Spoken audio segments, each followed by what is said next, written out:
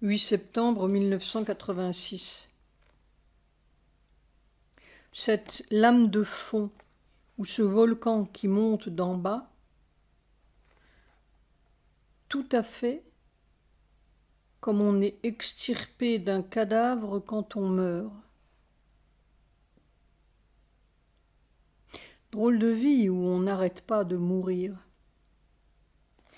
Peut-être que l'on enlève du vieil animal, au vieil animal, toutes ces normes de vie, mais ça n'en finit pas. Il faut avoir renoncé à tout en italique, sauf ça. Après-midi. Ce qui descend devient d'une densité effrayante. Mais il n'y a pas de peur, simplement on est au bout de quelque chose dans un autre précipice. Leur précipice P majuscule. Oui, Mère disait, une puissance a écrasé un éléphant, vague après vague pendant 1h15. Soir, c'est toujours la difficulté de cette frontière névralgique. L'impression d'être à la frontière de la matière, M majuscule, que nous connaissons, et d'autres choses qui essaient d'entrer. Une remarque de notre Jean-Claude. Ce matin, je lui demande en plaisantant « Es-tu sage ?» Il me répond d'un ton si convaincu « Oh, je suis très sage, considérant la façon dont je suis venu dans un berceau. » Point d'exclamation entre parenthèses. La matière d'Auvergne est honnête. Le pape aurait répondu qu'il est infaillible. 10 septembre 1986. On est simplement de la matière en douleur qui ne sait pas comment s'adapter pour recevoir cette puissance démesurée. On sent, on sait que c'est divin, mais on est encore trop animal pour recevoir ça. Ça fait mal à la vieille bête limitée. Évidemment, c'est difficile de tremper dans un volcan, deux plutôt. Ce sont les vertèbres et ces nerfs qui ont de la difficulté. Il faudrait être fait de gélatine. Et alors, en dépit de toutes ces douleurs, il y a quelque chose au fond du corps qui a soif de ça. C'est vraiment mystérieux. On n'est pas encore sorti du wagon noir et pourtant, ça filtre à travers. On pourrait dire que ça fait mal au wagon noir, mais pas à ce qui est dedans. Qu'est-ce que ce wagon noir? Le spell, le mensonge, la mort? Quand on aura traversé, on saura. Extrait de correspondance avec Sri Aurobindo. Pourquoi ne pourrais-je être la matière, ou du moins la représenter? Vous admettrez au moins que j'ai de la matière en moi, et vous pouvez difficilement nier que la matière en moi soit connectée ou même en continuité, en dépit de la théorie des quanta, avec la matière en général. Eh bien, si Krishna ou le surmental ou quelque chose d'équivalent descendent dans ma matière avec une extension inévitable dans la matière générale, en quoi le fait de parler d'une descente dans le matériel manquerait-il de clarté? Donc, correspondance avec Sri Aurobindo, 15 septembre 1935. Ça, c'est mon cap au nord depuis le début. Autrement, à quoi bon? Soir, encore un curieux dessin de ma douce. 12 septembre 1986. Si ce n'était pas miraculeux, ce serait terrifiant. Il est certain qu'ils veulent faire quelque chose. Soit, j'ai l'impression que c'est ce soleil bleu qui monte et l'autre qui descend. Mais c'est ce soleil bleu qui est le plus difficile à supporter. On est comme arraché quand ça monte. L'autre est plus massif et souverain. C'est fou. Peut-être est-ce celui d'en haut qui arrache celui d'en bas. À moins que ce ne soit celui d'en bas qui appelle l'autre. On ne sait pas, mais ce sont des volcans alternatifs. Depuis le 25 août, un nouveau processus est en cours, ou plutôt une nouvelle phase du processus. 13 septembre 1986. Une réflexion de ma douce. Le Moyen-Orient a été le berceau des 3 plus grandes religions de la Terre. Le judaïsme, le christianisme et l'islamisme. Et c'est le lieu où l'on s'assassine le plus, au nom de Dieu, entre guillemets, et le plus bestialement. On dirait que le berceau des religions et le berceau du terrorisme coïncident. Si l'on additionnait le nombre des religionnistes de la Terre, on se demanderait où va se loger Dieu, peut-être au diable. J'imagine Dieu descendant sur la terre et demandant poliment son chemin au policeman. « Which way, sir ?» On peut s'imaginer ce qui se passerait. « Ô Seigneur, il y a toi, autrement tout est une dérision. » 14 septembre 1986. Il y a 4 ans et 4 mois aujourd'hui. Une masse de plus en plus dense qui monte, une masse de plus en plus dense qui descend. C'est indescriptible et agonisant et sublime, au-delà de toute physiologie humaine. Il n'y a que le suprême qui puisse faire cela et vous donner la grâce de subir cela, mais une grâce inouïe, comme une grâce pour la terre. C'est comme un grand cataclysme de la nature qui se déroule dans le corps. C'est certainement cela que Sri Aurobindo appelait le supramental. C'est comme si l'on entrait de plus en plus au cœur d'un soleil écrasant. Pendant 1h25. J'ai arrêté, mais ça continuait. J'ai toujours une extrême difficulté au passage dans les épaules et dans le cou. Il faut être tout à fait immobile pour que rien ne casse. Sri Aurobindo a creusé pendant 40 ans. 15 septembre 1986. C'est toujours la même expérience. Ce sont les barreaux de la cage ou les barbelés du vieux camp qui veulent nous faire sentir de toutes les façons qu'ils sont la loi et la normalité et les conditions de la vie. Et ils tirent, ils pincent, ils déchirent et bouent et menacent d'éclater, tandis que cette puissance vous extirpe littéralement de ce mensonge. C'est toujours la même chose. La mort veut vous convaincre qu'elle est la vie. Et elle peut être très convaincante. Le cataclysme, c'est la sortie de ce système hideux. Si on en sort, ou quand on en sortira, il y aura quelque chose de changé dans l'évolution des espèces. Ce sera le passage de l'évolution animale à l'évolution divine, ou disons à l'évolution vraiment humaine, la fin de la bête religieuse et la bête scientifique, la bête politique et la bête policière, la bête financière et tout le Bataclan du mensonge.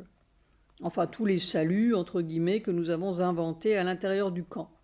Dehors, c'est autre chose en lettres capitales. Différents étages du dos se démolissent tour à tour. Par sympathie, je suppose. Midi. mon frère Pierre au milieu des loups, encore menacé de prison. J'avais reçu la névralgie avant la lettre.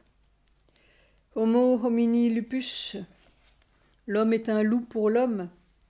Plaute, 254-184 avant Jésus-Christ, poète comique latin, auteur de nombreuses pièces. C'est Plaute qui disait cela. Il y a 1986 ans plus 180 ans. Ce ne sont pas des hommes, entre guillemets, c'est la brute animale qui se sert de son intelligence à des fins voraces. Je regarde la brutalité monter partout. Mais c'est la caractéristique même de cette puissance supramentale. Elle fait tout sortir le plus hideux et le meilleur, pour que tout le monde soit devant le fait ou le choix. 17 septembre 1986. Satprem dicte une lettre adressée à Luc. Luc, je voudrais ajouter quelque chose aux petits mots que je t'ai écrits hier. Je dicte ceci. Je vois en relisant ta lettre à Sujata que tu ne comprends pas vraiment la situation profonde quand tu dis que c'est le problème de Michel ou le problème plus central qui a à voir avec la façon même dont je m'acquitte de ma mission. Non, Luc, ce n'est pas le problème de Michel. Le problème central, c'est ce qui se passe ici. En italique, c'est cet effort désespéré pour qu'une matière humaine puisse faire le pont avec l'autre chose, le monde que nous voulons incarner. C'est cela le problème central. Et naturellement, les forces cherchent férocement à désorganiser, ébranler ou détruire le travail. Sans t'en rendre compte, tout à fait involontairement ou inconsciemment, tu te fais l'instrument de ces forces de désordre qui n'attendent qu'une microscopique petite ouverture pour se précipiter ici et tout saccager. C'est ce qui s'est passé à l'ashram, à Auroville, et c'est ce qui se passe partout, tristement. Ceux qui veulent faire le travail, ou qui tentent de le faire, sont impitoyablement mis à l'épreuve. Je ne suis pas mère, et je ne peux pas prendre sur mes épaules toutes les difficultés et les problèmes et les vexations extérieures. Il faut qu'un être humain puisse faire le pont. Il n'y a pas de moi là-dedans, il n'y a pas d'individu. Il y a une tentative terrestre très désespérée. Quand tu réagis, comme tu l'as fait vis-à-vis de Michel, tu ne te rends pas compte du bouleversement que tu crées ici. On dirait que tu ne comprends pas les êtres humains et leur sensibilité. Et naturellement, tout bouleversement qui touche Michel ou Nicole ou Jean-Claude me tombe lourdement et physiquement sur les épaules. C'est la porte ouverte que cherchent justement ces forces de destruction. Sri Aurobindo disait « jusqu'au dernier atome ». Et je commence à bien comprendre dans ma chair ce que veut dire ce dernier atome. Mais non seulement tu bouleverses les consciences de Michel ou de Nicole, mais ton idée pratique, entre guillemets, et logique, sape et veut détruire la base même qui sert de protection au travail qui se fait ici très silencieusement. Il ne faut pas que tu tombes dans le piège de ces forces. Il faut que tu comprennes l'ampleur du problème. Il faut que le travail de l'agenda ici soit protégé de toute attaque sous un prétexte pratique ou autre. Est-ce que tu comprends? Ce que tu appelles le problème central, entre guillemets, de ta mission aux États-Unis n'est pas en cause. Tu fais ton travail très bien et dans les conditions difficiles de ce pays ingrat. Ceci n'est pas à discuter. Mais il y a l'aspect profond et invisible qu'il faut absolument comprendre. Ce travail invisible a 3 piliers, comme je te l'ai dit. Ici, à Paris et aux États-Unis. Et chacun est indispensable. et ce qui ébranle chacun vient me toucher directement. C'est-à-dire toucher cette tentative si désespérée et dangereuse.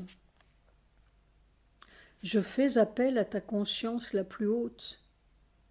Vraiment, cette pauvre terre est tout à fait au bord du précipice.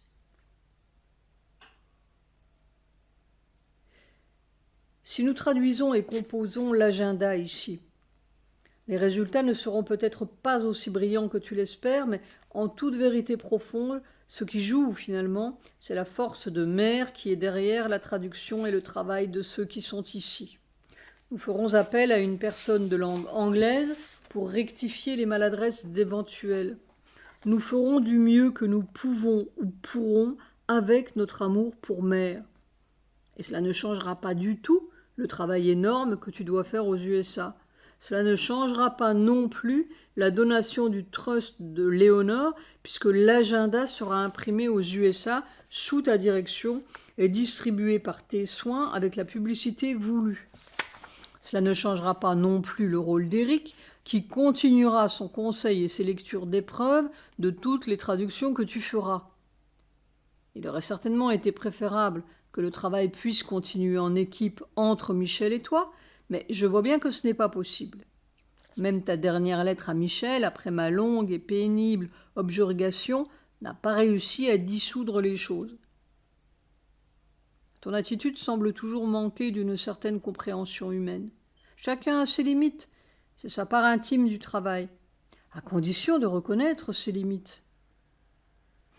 Cette collaboration n'a pas été possible, mais il faut à tout prix éviter la désorganisation complète de l'invisible base qui est ici. Si tu avais une compréhension un peu humaine, tu aurais bien vu que des êtres humains ne peuvent pas vivre ici abstraitement en tapant mécaniquement lettre par lettre, sans rien y comprendre, des textes hollandais ou espagnols ou italiens. Il faut quelque chose d'autre pour vivre. Et les êtres qui sont ici sont particulièrement la cible des forces de désordre qui sont là, partout aux aguets. Il faut qu'ils puissent vivre harmonieusement et autrement que dans les abstractions des langues étrangères tapées mécaniquement, sinon ils craquent. Et c'est naturellement le vrai travail qui craque et qui est en danger. Si tu veux être mon frère, j'ai bien besoin que tu m'aides et que tu aides Sujata en nous protégeant des remous extérieurs et en évitant à ceux qui sont autour de nous des tourbillons et des peines, je pourrais dire un chagrin, qui m'atteignent nécessairement et physiquement. C'est très difficile, Luc. Il faut que tu nous aides. Voilà tout. Note de bas de page, il y avait précédemment un PS de Luc où il disait ceci.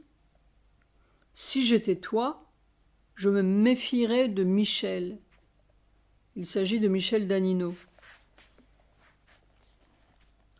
18 septembre 1986. De plus en plus. 19 septembre 1986. Tout le corps dans une espèce de convulsion sidérale, une respiration automatique profonde à fond pendant 1h20. Un toi à toi absolu, sinon c'est l'éclatement. Et pourtant quelque chose éclate dans le corps. C'est si fou, si fou. Soit, on pourrait dire que c'est autre chose, comme la formation d'une étoile, une autre espèce de matière, point d'interrogation, qui s'agglutine, point d'interrogation. C'est incompréhensible et au-delà de l'insupportable. Quelque chose d'autre supporte, entre guillemets. Cela a commencé le 25 août, il n'y a pas de doute.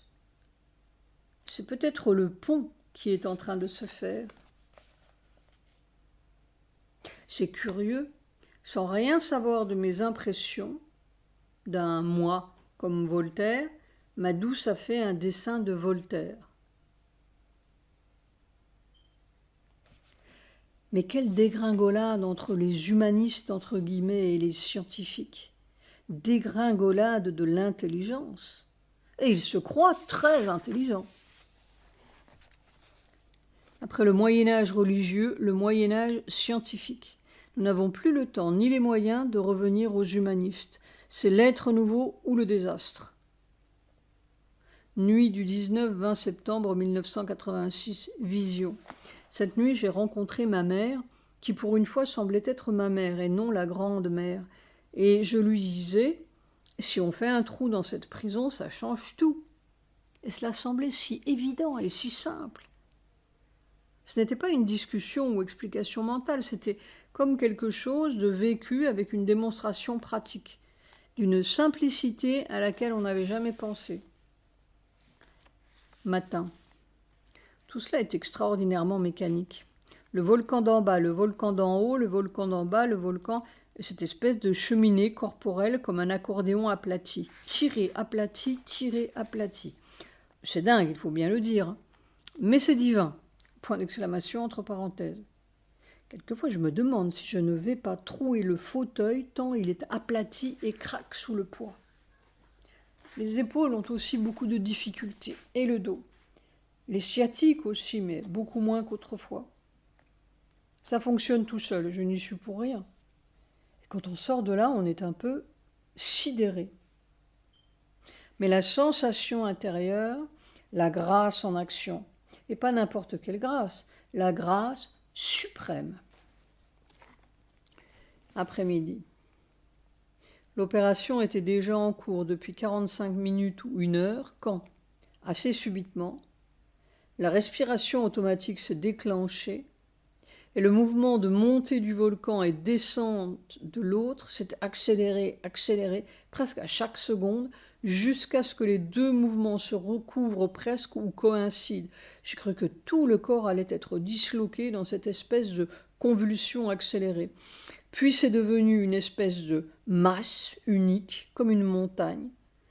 C'était presque un soulagement après ce cataclysme convulsif. Et de temps en temps, au sein de cette montagne, le corps était pris là-dedans, il y avait comme un lent mouvement de houle qui semblait soulever tout ou enfoncer tout. Soit mon dos droit est comme une brique de douleur. Il faut des accoudoirs hauts.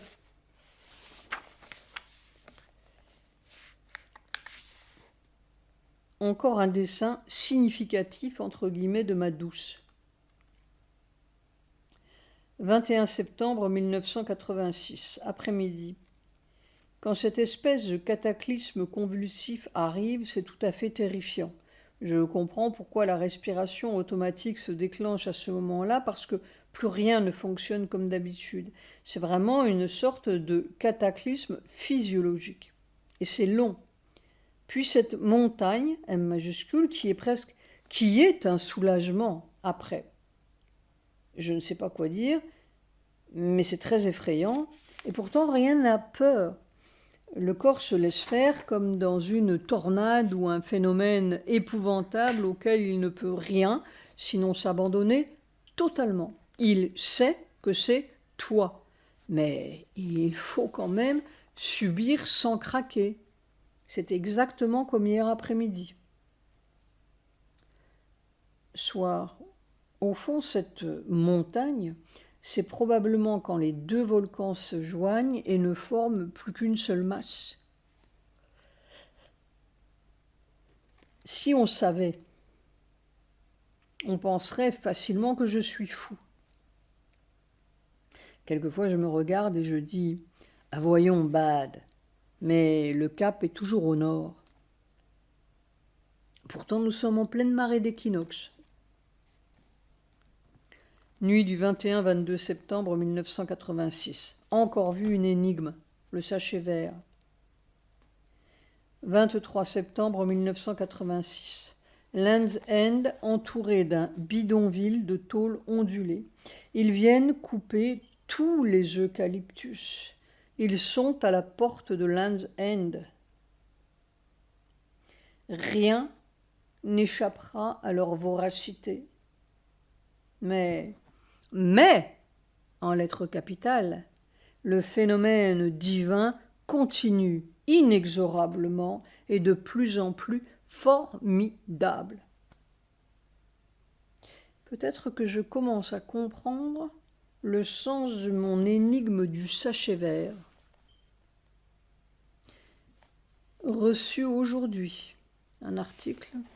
La population a atteint les 5 milliards, déclare l'Institut, Washington. Lundi, la naissance d'un enfant en un point quelconque du globe fera franchir à la population la barre des 5 milliards d'habitants, a déclaré dimanche l'Institut de la population mondiale. Jamais tant de gens n'avaient partagé l'espace de cette planète, a dit Werner Fornos, président de l'organisation à but non lucratif qui recherche un meilleur équilibre entre la population et les ressources mondiales. D'après les estimations de l'Institut, la population mondiale augmente d'1 million de personnes tous les 4 ou 5 jours, soit un accroissement de 85 millions d'habitants chaque année. Pendant les 35 dernières années, la population mondiale a augmenté de 2 milliards et l'on s'attend à ce qu'elle augmente de 3 milliards dans les prochaines 35 années. M. Fornos a précisé que 9 bébés sur 10 aujourd'hui naissaient dans le tiers-monde et que si le 5 milliardième humain grandit là, il risque de le faire dans la pauvreté, la maladie, la faim, l'analphabétisme et le chômage. Un bébé qui naît dans le monde en voie de développement a une espérance de vie de 15 ans de moins qu'un enfant né dans le monde industrialisé, explique-t-il. Au Soudan, l'espérance de vie d'un enfant ne dépasse pas 35 ans.